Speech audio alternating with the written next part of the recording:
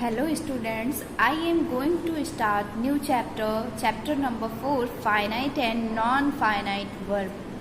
Finite means मुख्य and non-finite means God. Verbs means क्रियाएं. Verb means होता है क्रियाएं, क्रिया. Verbs are divided into finite और non-finite verbs. Verbs जो है वो डिवाइड की गई हैं, बांटी गई हैं टू टाइप्स में, finite verbs and non-finite verbs. Now we will know what is finite verb, कि finite verb क्या होती है, मुख्य क्रिया क्या होती है. Finite verbs are verbs that change according to tense, time of action, the number of people doing the action, singular or plural, or the person, first person, second person or third person pronouns doing the action. Class, listen.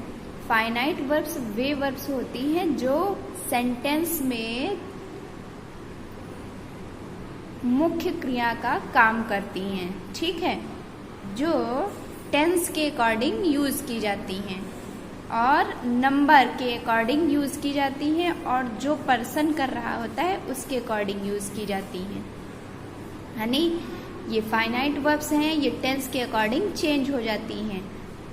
हमारे पास में 12 tenses हैं, तो 12 tenses में finite verbs की form हम change करके लगाते हैं.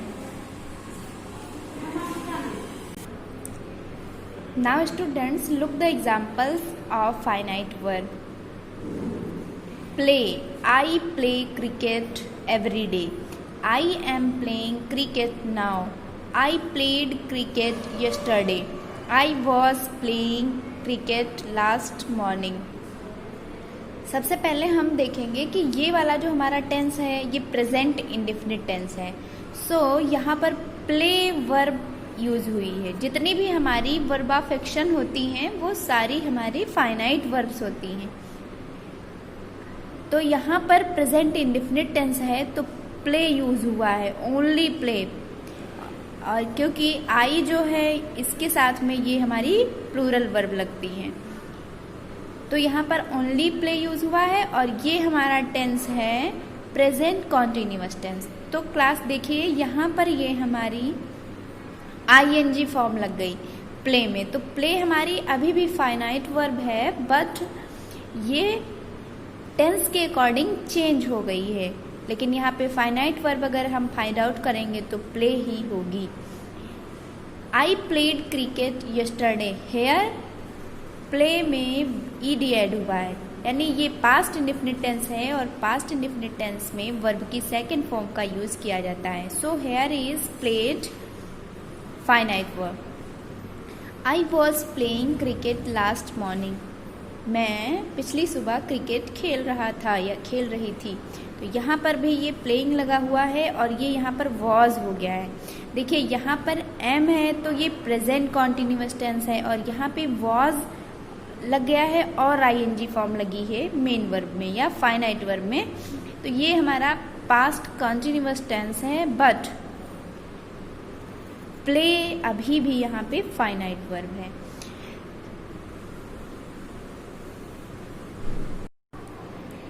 Students, in a short way we can say finite verbs वो होती हैं जो टेंस के अकॉर्डिंग, सब्जेक्ट के नंबर के अकॉर्डिंग, सब्जेक्ट के पर्सन के अकॉर्डिंग चेंज हो जाती हैं. वो हमारी फाइनाइट वर्ब्स कहलाती हैं.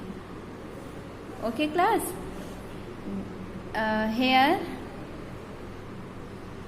It is being told about the changing of the verb play. Play play play. So look, I play cricket every day, he plays cricket every day, they play cricket every day. यहाँ पे I जो है singular subject है और singular verb use होनी है. he है singular subject इसलिए सिंगुलर वर्ब यूज हुई है.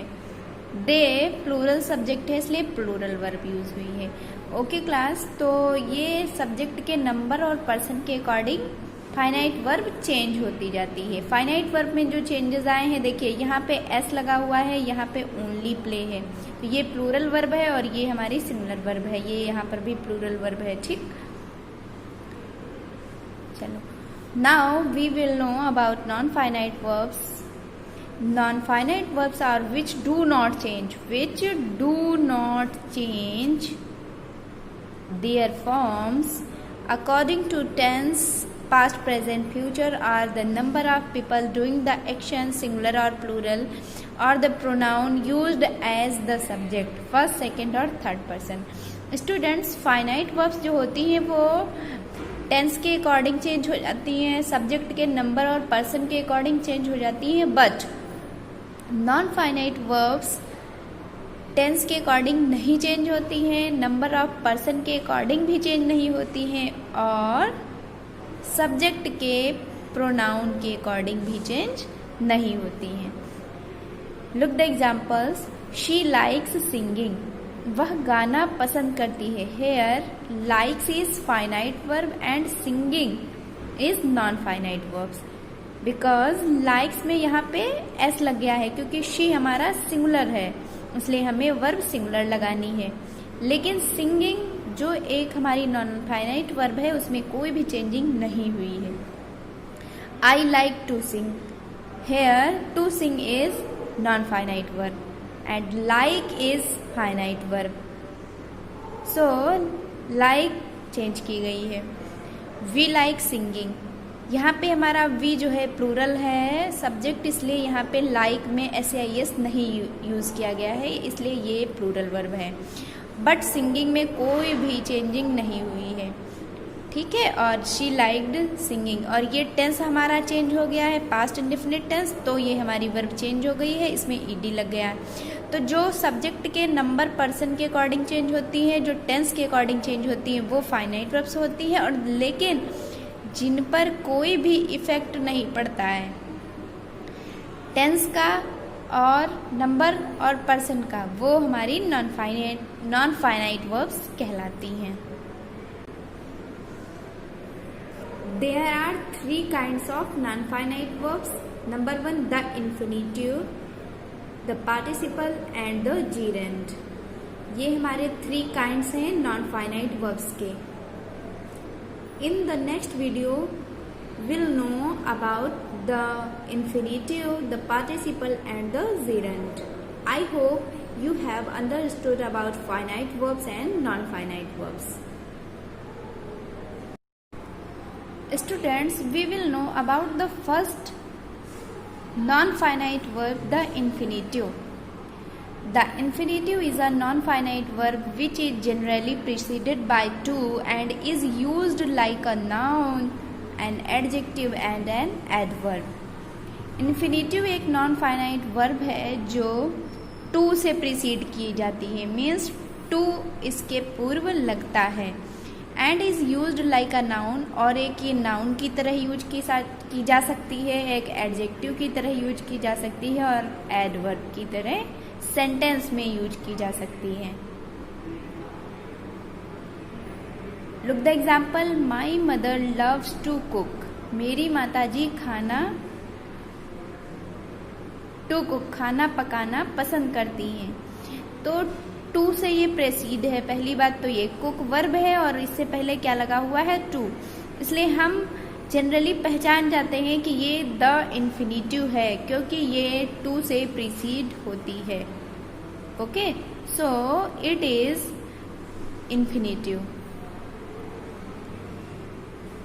In the above sentences loves is a finite verb, और यहाँ पर लव्स जो है वो फाइनाइट वर्ब है जो माई मदर के अकॉर्डिंग चेंज हो गई है.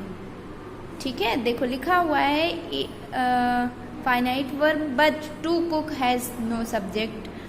It is also not bound by any number, person और टेंस, यानी किसी टेंस, पर्सन और नंबर के द्वारा ये नहीं बंधी हुई है. It is thus called the infinitive, इसलिए इसको क्या कहा जाएगा, the infinitive, non finite verb.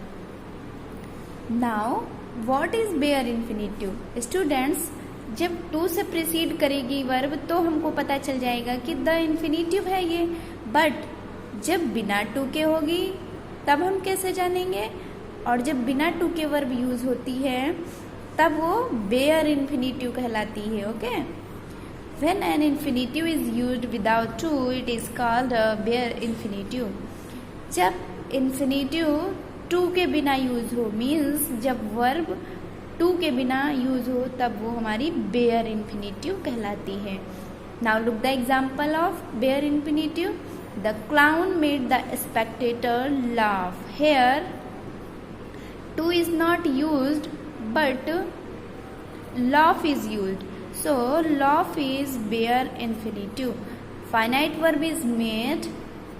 Students, जब एक हमें फाइनाइट वर्ब मिल गई मेड, उसके बाद में जो दूसरी वर्ब है और वो बिना टू के लगी हुई है, तो इट मीन्स ये बेयर इन्फिनेटिव है। In the above sentence laugh is bare infinitive, so laugh is bare infinitive. Okay students, जब वर्ब टू के साथ में प्रीसीड करेगी, मीन्स टू के साथ में यूज होगी, तो द इन्फिनेटिव होगी। और जब वर्ब सेंटेंस में इन्फिनेटिव की जगह यूज होगी बट विदाउट टू, यानी टू नहीं लगा होगा, तब वो क्या कहलाएगी? Bare infinitive. Students, now we will know about the participle, the second kind of non-finite verbs. A participle is a verb that is used as an adjective and often ends with ing or ed or en. It is a verbal adjective and does the work of a verb and an adjective in a sentence. एक participle एक ऐसी verb है, एक non finite verb है जो एक adjective की तरह यूज होती है और या एंड होती है आईएनजी से या ईडी से या ईएन से या वर्बल एडजेक्टिव के नेम से जानी जाती है and does the work of a verb, और ये सेंटेंस में वर्ब का काम करती है और एडजेक्टिव का काम करती है। सो स्टूडेंट्स, पार्टिसिपल जो होती है वो आईएनजी फॉर्म, आईएनजी ऐड हो करके, ईडी ऐड हो करके और ईएन ऐड हो करके वर्ब में बनती है और यह वर्बल एडजेक्टिव का काम करती है और सेंटेंस में ये वर्ब का भी काम करती है और एडजेक्टिव का काम करती है। Now look the examples. Laughing Buddha is sold here. हंसते हुए बुद्धा मीन्स बुद्ध की क्या विशेषता है? लाफिंग, हंस रहे हैं ये, हंसते हुए। So it is an adjective, it is used like an adjective, so it works as adjective. I helped a wounded man. मैंने एक घायल व्यक्ति की मदद की। मैन की यहाँ पे क्वालिफाई कौन कर रहा है? कौन सा वर्ड? वाउंडेड। और वाउंडेड यहाँ पर क्या हो जाएगा? पार्टिसिपल, बिकॉज वाउंडेड मीन्स जो घायल है। So students, wounded is the form of participle, so it works like an adjective. ठीक है students, they are verbal adjectives. ये क्या कहलाएंगे? Verbal adjectives, because they act as verbs and adjectives both. ये दोनों का काम करते हैं किसका? वर्ब का भी और एडजेक्टिव का भी। There are two kinds of participles, the present participle, the past participle. Now we will know what is present participle. Present participle is formed by adding ing to the root form of the verb. Means verb की first form में ing को add करके हम present participle बनाते हैं। see, और see में क्या ऐड हुआ है? ing. Seeing the police, the thief ran away. So here seeing is used like a participle. ये क्या हो गई? हमारी present participle. Okay student, present participle में क्या होता है कि वर्ब की जो फर्स्ट फॉर्म होती है मीन्स रूट फॉर्म उसी को बोलते हैं, उसमें हम आईएनजी ऐड करके उसको पार्टिसिपल बना लेते हैं। Now we will know what is past participle. The past participle, the past participle being the third form of the verb. ये थर्ड फॉर्म होती है वर्ब की, जैसे कि प्रेजेंट पार्टिसिपल में वर्ब की फर्स्ट फॉर्म में आईएनजी लगाकर बनाया जाता है, और इसमें क्या है, वर्ब की थर्ड फॉर्म होती है। Takes many form such as verb plus D plus ED. Verb में या तो डी ऐड किया जाएगा या ईडी ऐड किया जाएगा, और en ऐड किया जाएगा और n ऐड किया जाएगा। So we can make past participle by adding D और ed or en or n in the root form of verb. Now look the examples. Having completed his work, he went out to play. यानी काम पूरा करने के बाद में वह खेलने चला गया। Here completed is participle. Okay students, क्योंकि ये वर्ब की थर्ड फॉर्म है और इसके साथ में हैविंग भी लगा हुआ है। लेकिन वर्ब की थर्ड फॉर्म क्या होती है, verbal adjective means past participle का काम करती है। I hope you have understood participle and its kind, present participle and past participle. The gerund. Now the third kind of non finite verb is the gerund. Students, the gerund is a verb that ends in ING. Gerund भी क्या होती है, verb की ING form होती है, and functions as a noun, और काम करती है बिल्कुल नाउन की तरह। It is verb noun and does the work both of a verb और अ नाउन। स्टूडेंट्स, ये वर्ब नाउन होती है यानी वर्बल नाउन होती है, इसलिए ये हमारी वर्ब का भी काम करती है और नाउन का भी काम करती है। स्टूडेंट्स, पार्टिसिपल में भी आपको बताया गया था कि वर्ब की फर्स्ट फॉर्म में आईएनजी जोड़ करके हम प्रेजेंट पार्टिसिपल बनाते हैं, but there is a difference because gerund works as a verbal noun and participle works as a verbal adjective. Okay, now look the example.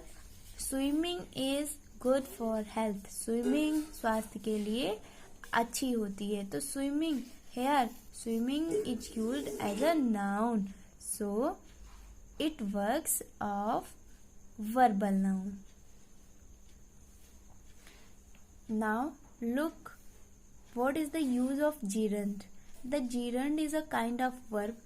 gerund भी एक तरीके की verb है ending in ing, जो ing से end होती है, which has verbal function as well as a noun function. Students, ये नाउन फंक्शन करती है और वर्बल फंक्शन करती है। इट में भी द सब्जेक्ट, ये सब्जेक्ट हो सकती है या कॉम्प्लीमेंट भी हो सकती है, ऑब्जेक्ट भी हो सकती है एक सेंटेंस का, और the object of a preposition, और प्रीपोजिशन का भी ऑब्जेक्ट हो सकती है।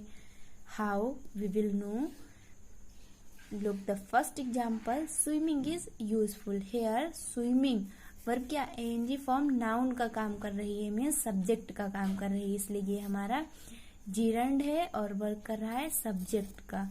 टीचिंग मी राइडिंग, ये हमारा राइडिंग ऑब्जेक्ट का काम कर रहा है, ये भी वर्ब के आईएनजी फॉर्म से एंड हुआ है। सीइंग इज बिलीविंग, यहाँ पर भी बिलीविंग जो है वो कॉम्प्लीमेंट का काम कर रहा है, complement of a verb. I am interested in singing, here in use हुआ है, उसके बाद में आईएनजी फॉर्म यूज हुई है वर्ब की, इसलिए ये हमारा ऑब्जेक्ट ऑफ अ प्रीपोजिशन है, यानी ये प्रीपोजिशन के बाद में यूज हुआ है। Adjectives and verbs which are always in combination with the preposition object to, interested in, fond of must be followed by a gerund and not by an infinitive. Students, this point says adjective and verbs जो सदैव combination में रहती हैं with a preposition, एक preposition के साथ में, वो हमेशा जीरंड को फॉलो करती हैं, मीन्स आईएनजी फॉर्म इसमें लगती है, इन्फिनेटिव का यूज नहीं किया जा सकता है। Now look the examples. She is interested in reading, तो स्टूडेंट्स यहाँ पे इन है तो हम हमेशा जीरंड का ही यूज करेंगे, यहाँ पर हम इन्फिनेटिव का यूज नहीं कर सकते, मीन्स अगर प्रीपोजिशन यूज हुई है तो हमें जीरंड ही लगाना है। उसे बुक पढ़ने का शौक है।